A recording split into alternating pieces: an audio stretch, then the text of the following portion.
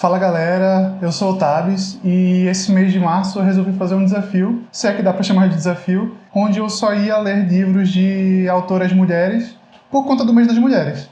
Então eu resolvi ler livros de autoras que eu não conhecia, mas eu acabei colocando ali 2 livros de uma série que eu já vinha lendo porque já fazia tempo que eu não escutava os audiobooks dessa série.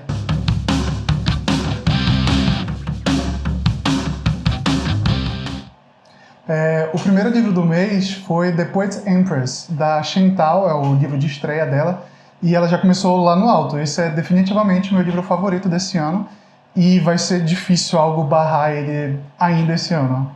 Qual é o sentido de sofrer se não temos nada a ganhar? Esse é um dos principais questionamentos desse livro, e ele vai trazer diversos outros questionamentos, e vai tentar responder todos eles através de muito sofrimento dos seus personagens, e muita luta, e muita conquista. The Poet's Empress é uma fantasia épica com temas influenciados pela mitologia chinesa e se passa no declínio da dinastia da Casa Zaleia, num mundo consumido pela fome e onde uma magia que vem das poesias só pode ser usada pelos homens mais poderosos. O imperador está morrendo e aí cria-se um clima de tensão em relação à sucessão desse reino, e é aí que a nossa protagonista, a Wei, vai entrar na história.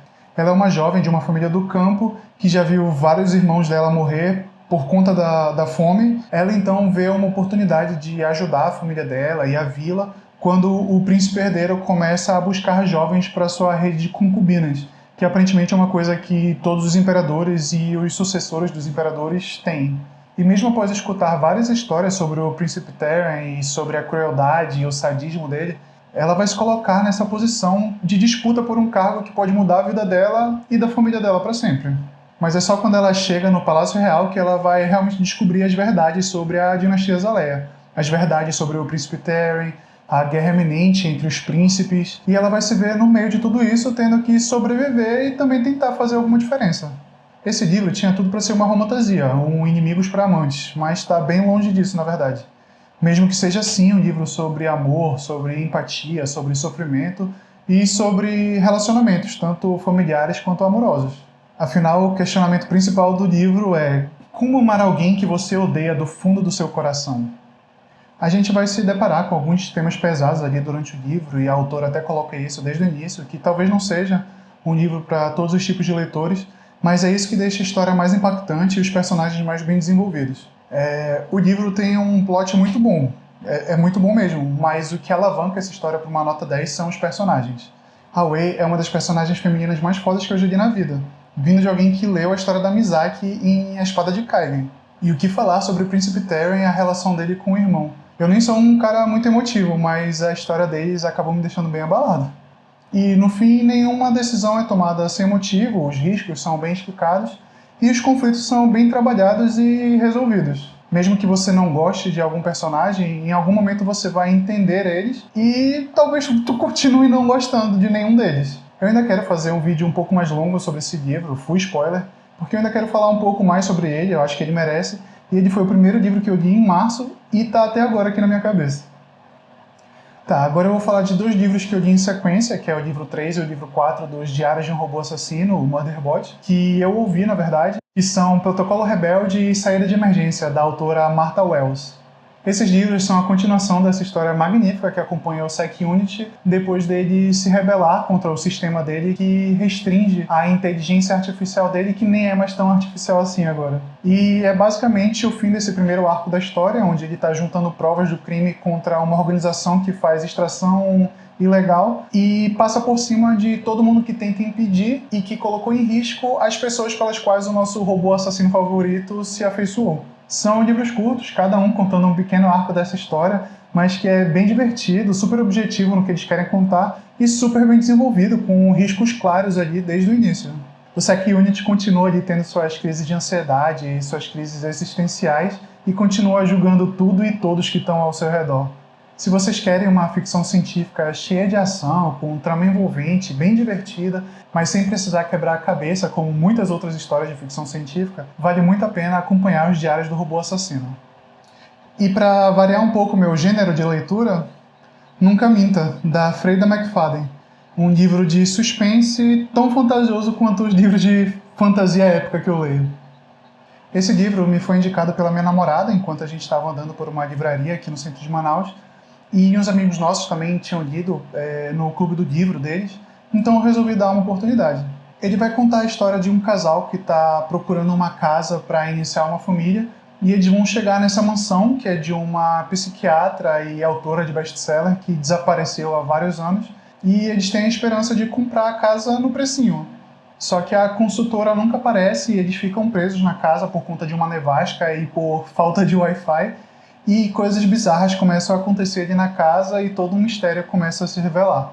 Olha, eu até gosto de livros de suspense, de terror, mas esse livro não deu. Desde o início eu já tive muitos problemas com ele. Ele é escrito em primeira pessoa, mas é como se fosse em terceira pessoa, então ele é muito expositivo e muitas vezes eu ficava me perguntando, tá, mas pra quem tu tá falando tudo isso?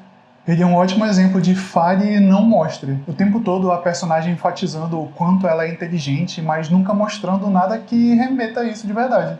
Mas é falar da beça. Do nada, no meio da cena, ela para falar sobre algum estudo da psicologia ou sobre a evolução humana para demonstrar o quanto ela é inteligente. Mas meu maior problema com esse livro é que ele tenta ser um daqueles livros de suspense que vai te entregar um super plot twist no final e fica te enganando a história inteira. O que, quando é bem feito, é muito legal e surpreendente, mas aqui ele vai contar basicamente duas histórias diferentes. Eu reli o início e não consegui encontrar nada que remetesse ao plot twist do final. Tudo que foi falado sobre os personagens ali no início simplesmente muda pelo fato de que houve um plot twist ali na história. Perde muita força pelo fato de não ter nada a ver com a história que estava sendo contada. São simplesmente duas histórias diferentes. Tá ali só pra chocar mesmo. Enfim, 2 de 10 seria a minha nota final, e 2 só porque o início foi realmente um pouco intrigante e eu tava querendo saber o que ia acontecer. Mas minha nota final, 2 de 10. E por último, Babel, ou A Necessidade de Violência. O que falar de Babel? Um livro de fantasia, mas que na verdade é uma ficção histórica. A magia da prata e da linguagem foi algo que me chamou a atenção desde o início da história, mas que em algum momento ela é deixada de lado porque, como eu falei, ela acaba virando uma ficção histórica que nem é tão ficção assim. Eu tinha bastante expectativa sobre esse livro porque ele fala de algumas coisas que eu acho muito interessante. Ele fala bastante sobre idiomas e tradução e como a gente perde muito contexto e muitas coisas da cultura ali, da linguagem que está sendo falada originalmente. Além de como o trabalho dos tradutores é importante para tanto localizar aquilo que eles estão falando, como também para colocar os sentimentos e as reflexões originais da pessoa que escreveu.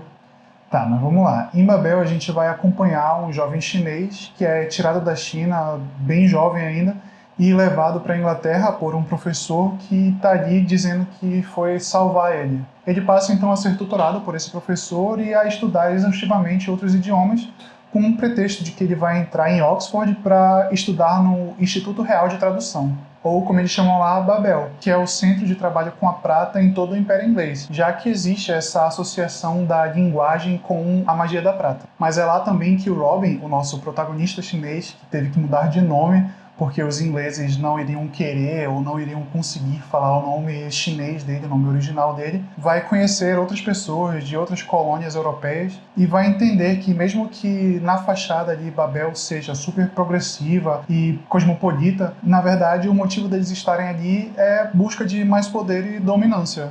Eles estão ali para servir e não importa o quanto eles façam pelo Império, eles sempre vão ser vistos como estrangeiros.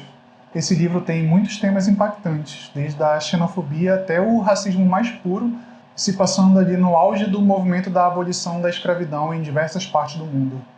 E esse acaba sendo o ponto principal do livro, contando vários momentos históricos mesmo e deixando a fantasia de lado, sendo apenas um recurso que poderia ser trocado por qualquer outra coisa e que a história ainda assim daria muito certo. Além desses temas muito interessantes, Babel também tem ótimos personagens. Às vezes uma decisão ou outra são questionáveis, mas que dão certo para a história geral ali. A gente consegue sentir bem o sentimento deles em relação a esse ambiente podre em que eles estão vivendo.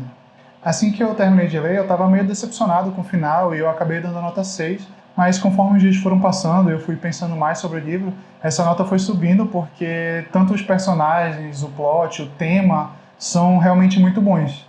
Então eu subi a nota para 7,5. Não é perfeito, mas ainda assim está acima da média e me deixou pensando sobre ele por vários dias, o que para mim conta bastante também. E é isso, galera. Esses foram os livros que eu li no mês de março, eu gostei bastante dessa ideia. e acho que eu vou repetir ela em algum outro mês com algum outro tema. Espero que vocês tenham gostado das reviews e se vocês já tiverem lido e tiverem suas opiniões sobre os livros, comentem aí embaixo para a gente trocar uma ideia. Não esqueçam de dar um like nesse vídeo, se inscrever e ativar o sininho se quiserem ver mais conteúdo sobre as minhas leituras. Até a próxima!